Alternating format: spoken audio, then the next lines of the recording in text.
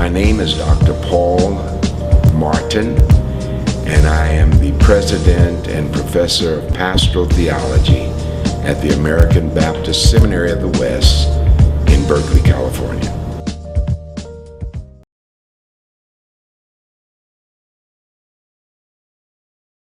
Dr. Martin, share your experience thus far immersed in this Samuel DeWitt Proctor Conference. Well, let me start off by saying that Dr. Proctor in 1959 was my homiletics teacher at the Samuel Proctor School of Theology at Virginia Union, and mesmerized by his desire and his love for those of us who were students preparing for ministry.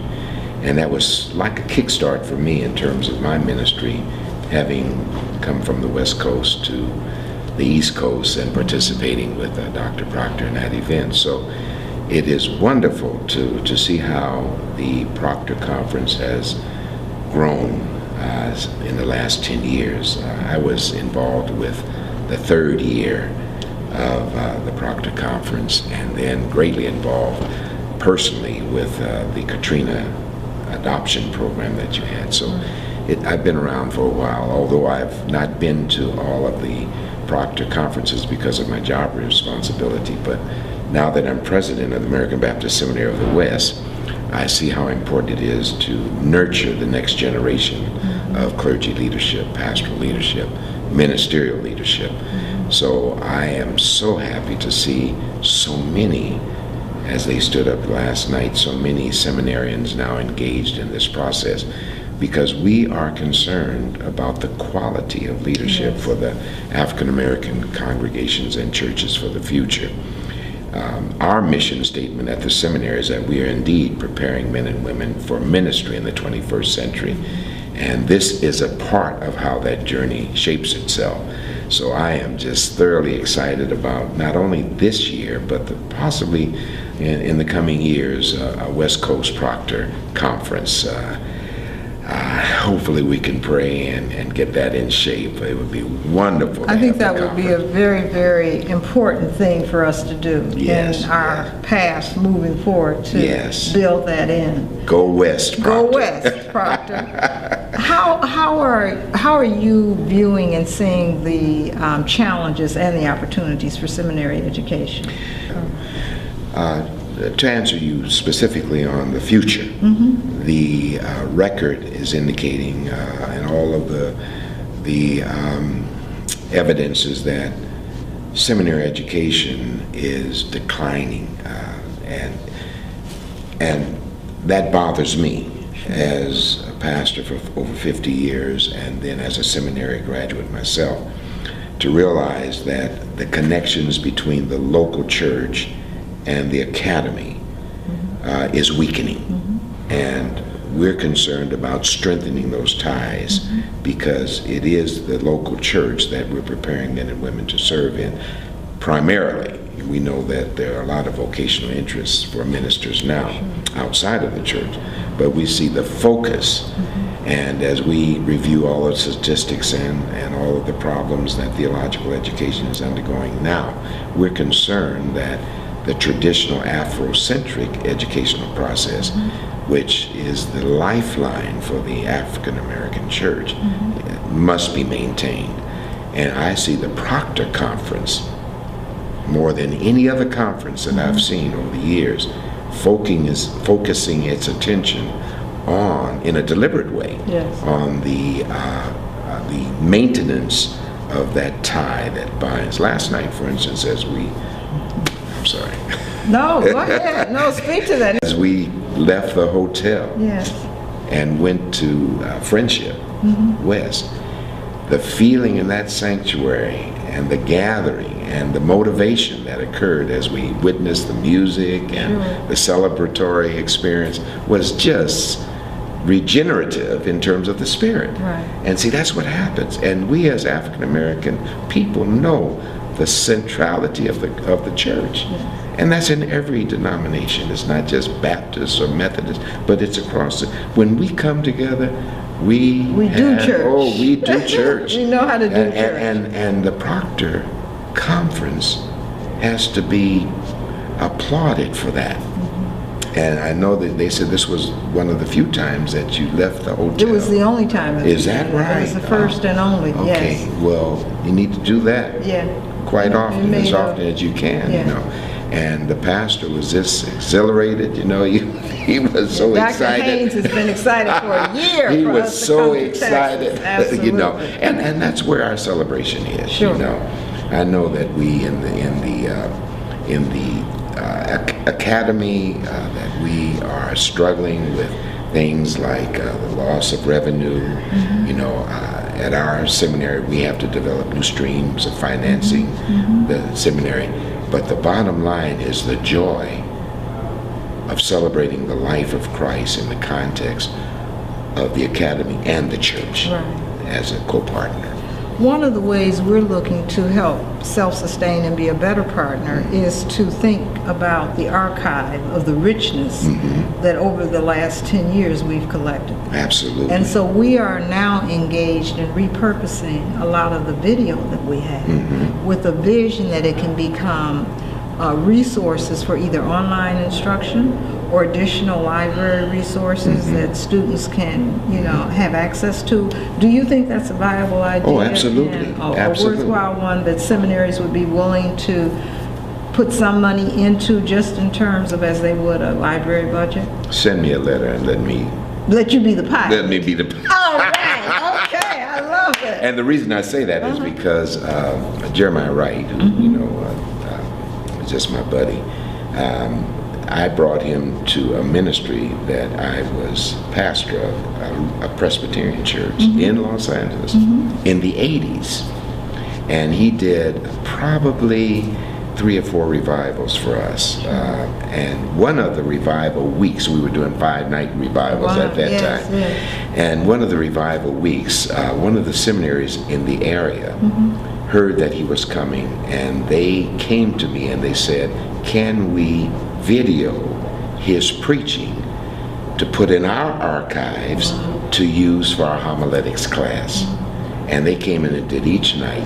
And I still have those of a young Jeremiah Wright preaching, you know. Yeah. So yes, the answer is yes. If you archive that, I'm sure that we can use that, you know, and provide that as educational material for our seminary work. Yes, that would be great. That's what we're working on now. Yeah. We're trying to create a model, a template, using the Moodle platform, which is the platform that many seminaries have adopted. Right, yeah, we use it at our seminary. Okay, yeah, very good. So well, that's encouraging. For our online presentation, right, yeah. Speak to us a little bit about the challenges of women in ministry who finish seminary and then have the challenge of finding a call or a pulpit.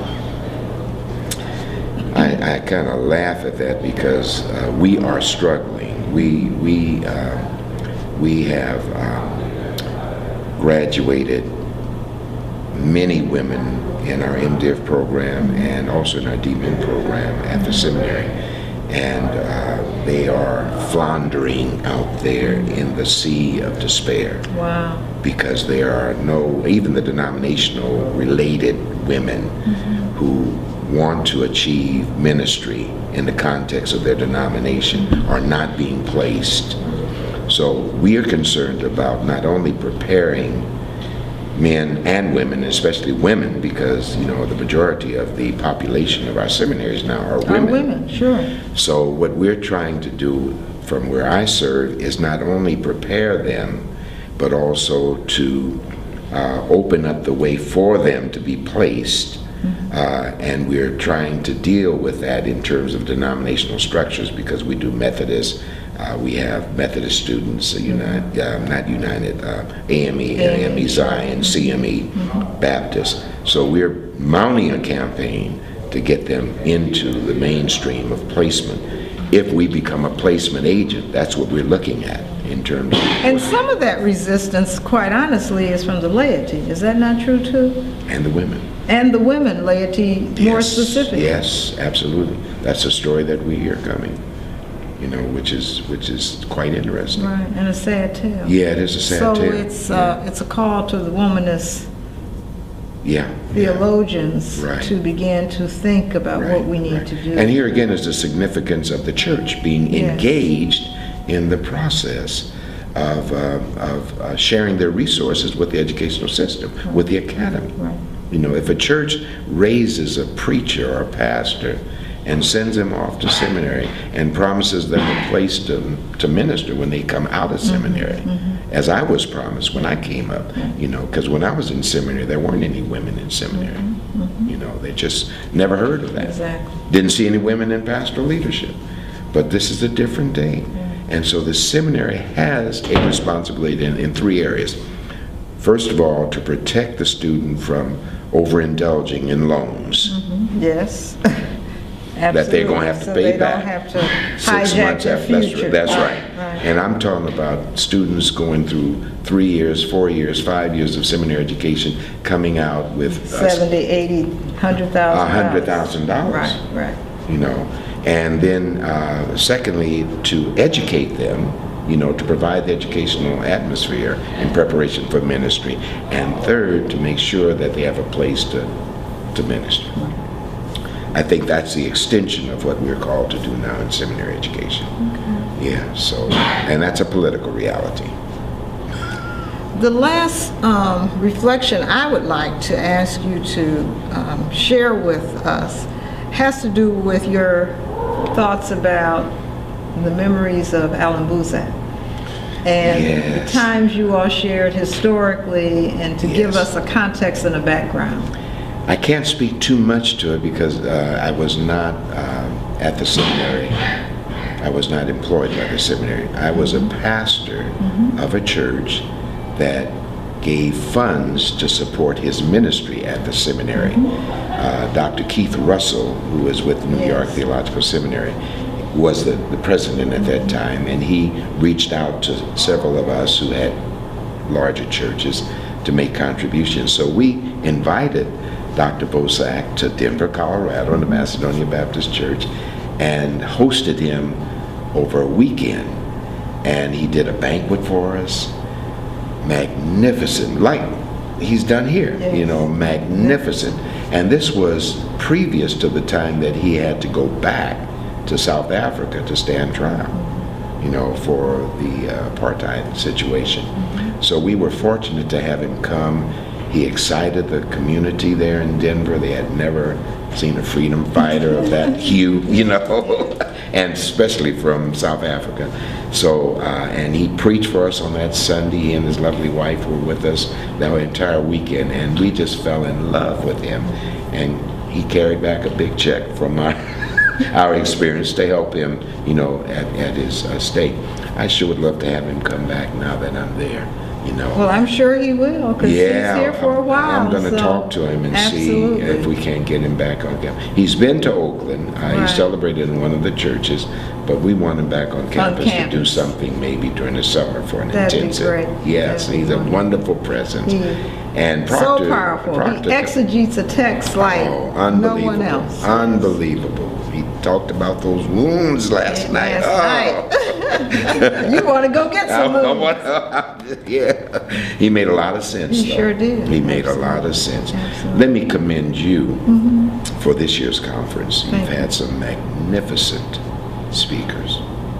Gail was wonderful. Wasn't Gail wonderful? Oh, just kind of blows your mind to see what's out there. And Walter, the Thomas gentleman, the Thomas guy, oh, he was absolutely incredible this morning, you know. So I'm just glad to be a part, and we'll be in next year. All right, glad to have you.